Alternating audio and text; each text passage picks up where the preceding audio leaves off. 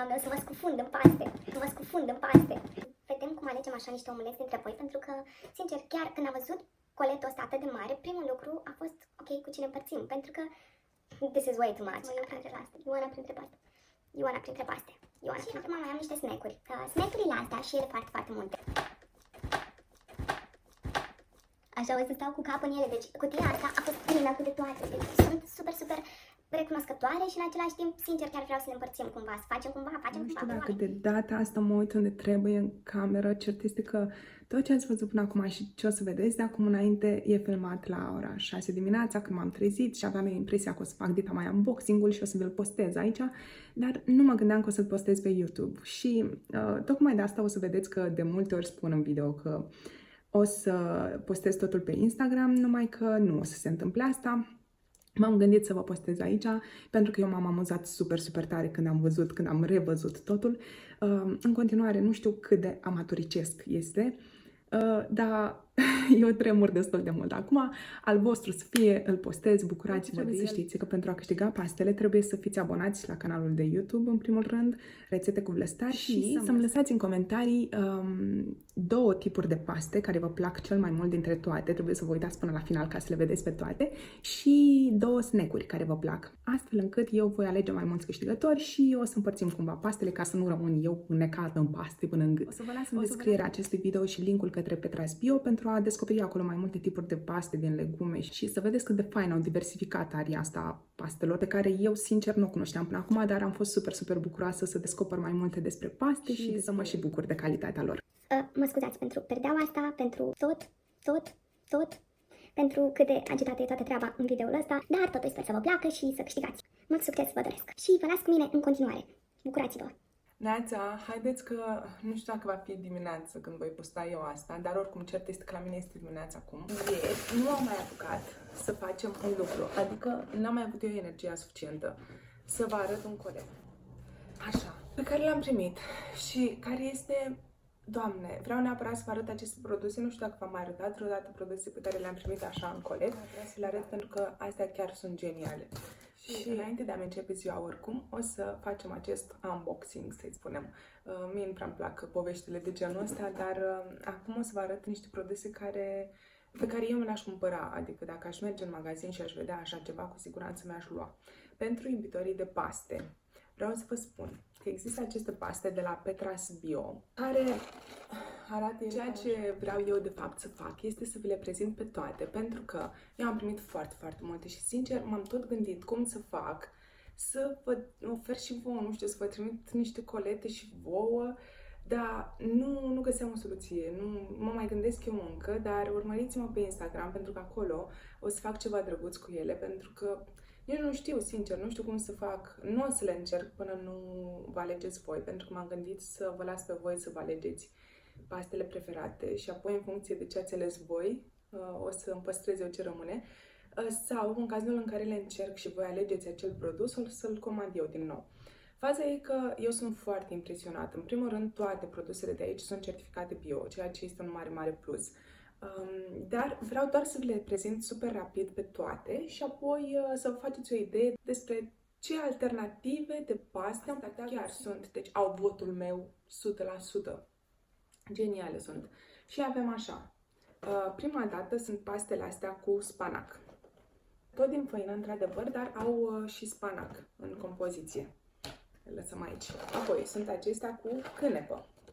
O să observați că la fiecare produs aici scrie că sunt uscate blând. Ce înseamnă treaba asta? Ei au în general produse raw și o să vedeți că trebuie fierte doar 4 minute, ceea ce e super fain, pentru că se pregătesc mult mai ușor.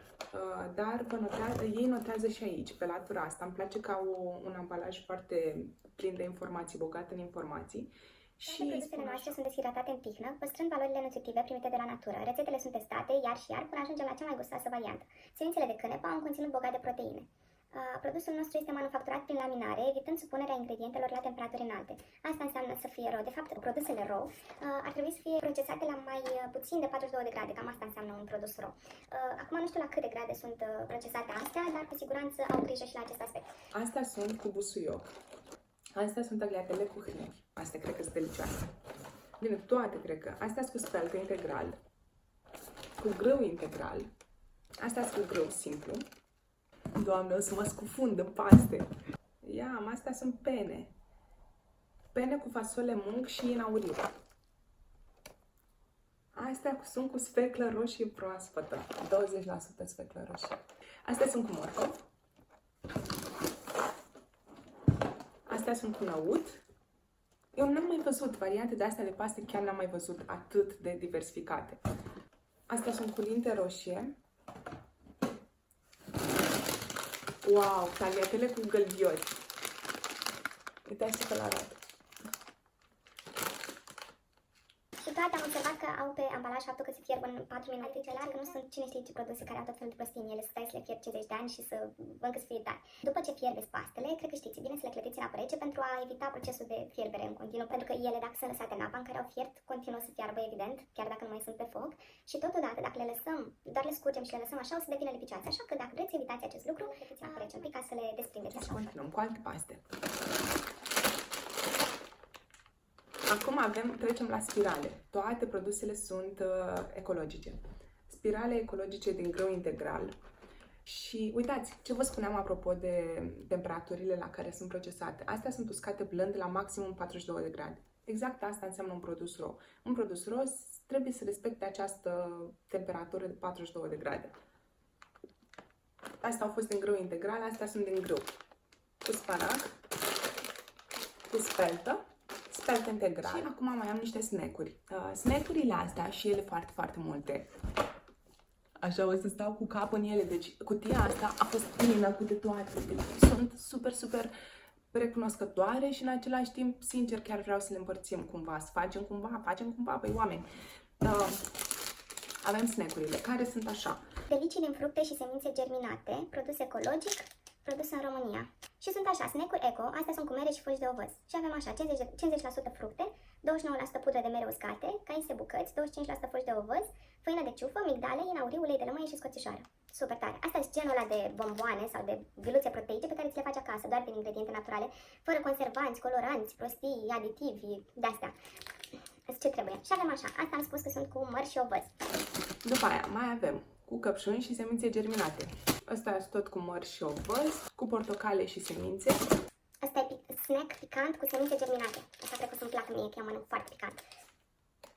Tot cu portocale, tot cu măr și asta cred că tot cu căpșuni. Da, căpșuni și semințe. Ei, pentru că eu am primit toate chestiile astea și sunt așa copleșită de toate pastele din jurul meu și nu știu cum să mai lansez printre ele. Mă gândesc la o variantă prin care să vedem cum alegem așa niște omuleți dintre voi, pentru că, sincer, chiar când am văzut coletul ăsta atât de mare, primul lucru a fost, ok, cu cine împărțim, pentru că this is way too much. Uitați-mă, eu printre paste, Ioana printre paste, Ioana printre paste, Ioana printre paste.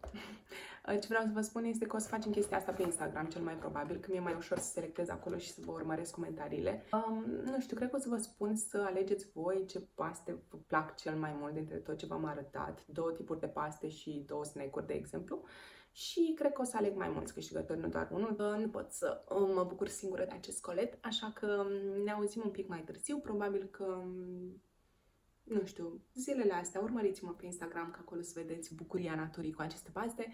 Vă doresc o zi super frumoasă. Nu știu dacă m-am uitat unde trebuie în acest video, pentru că am aranjat eu telefonul altfel, ca să am loc de această cutioaică, dar nu știu dacă m-am văzut cum trebuie, dacă m-am uitat cum trebuie. Ideea este că oriunde mă uit în această cameră, vă urez aceea zi frumoasă, vă urez să aveți un weekend frumos, pentru că mai este un pic și vine și weekendul. Și în fine, ce vreți voi mai frumos, aia să aveți frumos.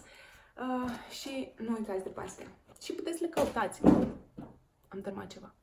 O sticlă cu apă. Puteți să le căutați pe petrasbio.ro sau pe alte magazine, deci dacă vă interesează să vă cumpărați înainte orice chestii de aici, eu o să vă las la final o poză cu toate produsele și sper să fie și pe placul vostru, pentru că pe placul meu sigur sunt, iar acum cu siguranță mă uit chiar în cameră.